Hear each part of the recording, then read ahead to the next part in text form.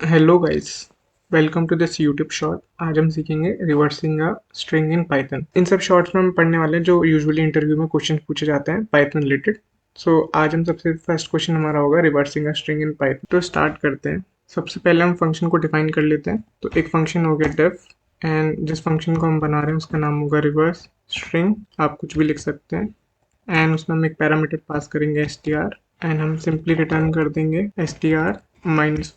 ये हमारा basically string slicing का यूज़ करके हम डायरेक्टली इसको रिटर्न कर रहे हैं। मैं इसको एक्सप्लेन करूंगा अगर आपको ये वाला पार्ट क्लियर नहीं होगा। आपको स्लाइसिंग आती है तो आप समझ रहे होंगे कि हम यहाँ क्या कर रहे हैं। लाइक मैंने स्ट्रिंग str वेरिएबल ले लिया एंड मैं कुछ वैल्यू इनपुट कराऊंगा, एंटर द स्ट्रिंग। आप डायरेक्टली एक स्ट्रिंग भी पास कर सकते हैं। मैं इजी करने के लिए मैंने एक स्ट्रिंग ले लिया एंड लास्ट हम प्रिंट कर लेंगे जो हमारा स्ट्रिंग का आउटपुट होगा फंक्शन का str।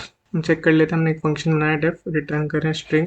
स्ट्रिंग एक str एक वेरिएबल बनाया जिसमें हम इनपुट कर रहे हैं एंड प्रिंट कर रहे हैं। अब हम इसको रन कर लेते हैं। तो ये हमसे एक स्ट्रिंग मांग रहे हैं, जैसे मैं यहाँ पे डाल देता हूँ ABCD।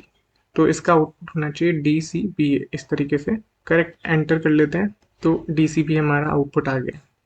ठीक है, तो अब थोड़ा फंक्शन समझते हैं।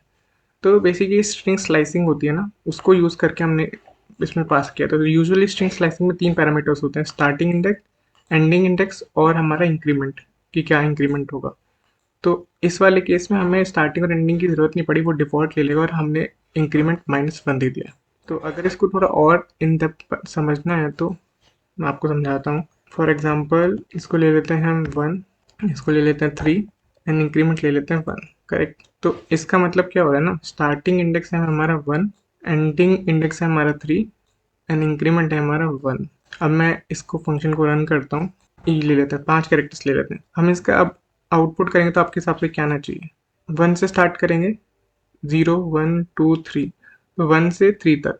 तो बी सी डी आप एक्सपेक्ट करेंगे, बट नहीं, हमारा एंडिंग इंडेक्स में इंक्लूडेड नहीं होता है। तो हमारा आउटपुट आएगा BC। ठीक है, ये वाला आपको पार्ट क्लियर होगा। करेक्ट, हम इसमें इंडेक्सिंग, स्टार्टिंग इंडेक्स, ये तीनों चीज़ें पास करते हैं। बाय डिफ़ॉल्ट अगर हम ये 1 नहीं पास करेंगे तो ये हमारा डिफ़ॉल्ट स्टार्टिंग इंडेक्स ले लेगा, वो जो कि है 0। अगर हम ये पास नहीं करेंगे तो बाय डिफ़ॉल्ट एंडिंग इंडेक्स ले लेगा।